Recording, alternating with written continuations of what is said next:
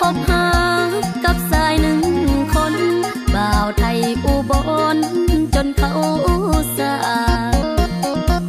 กลับมายามบ้านผ่านด่าน2 เมตรวางโต๊ะไปมามีสายคนหนึ่งเข้ามาสิขานอาสาดูแลหัวใจเมื่อหักซึ้งใจมีญาติผู้ใหญ่อายมายืนยันว่าผู้ชายคนนั้นมีภรรยาทั้งน้อยและใหญ่พอได้หูข่าวหัวใจปวดร้าวน้ำตาตกในผิดศีล5กะเมบ่ไหวจึงกลับลาวไตปากเสบ้าน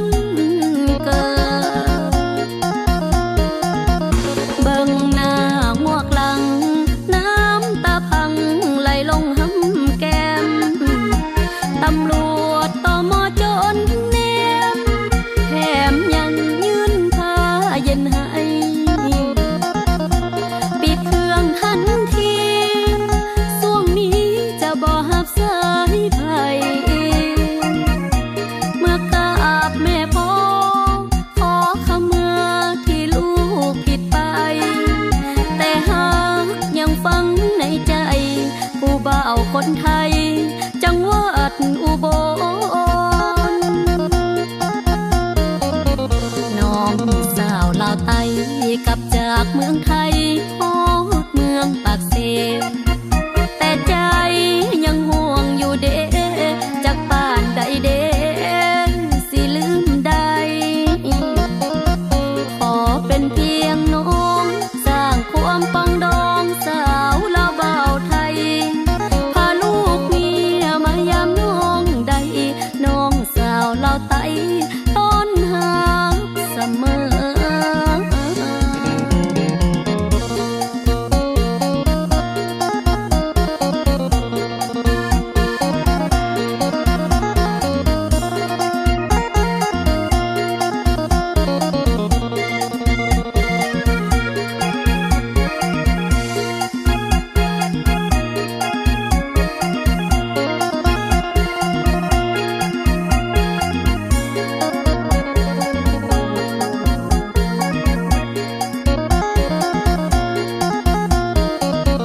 เบิ่งหน้าหมวกหลังน้ำตาพังไหลลงหำแก้มตำรวจตม.จนแนมแถมยังยืนผ้าเย็นให้ปิดเครื่องทันทีช่วงนี้จะบ่หับสายไผ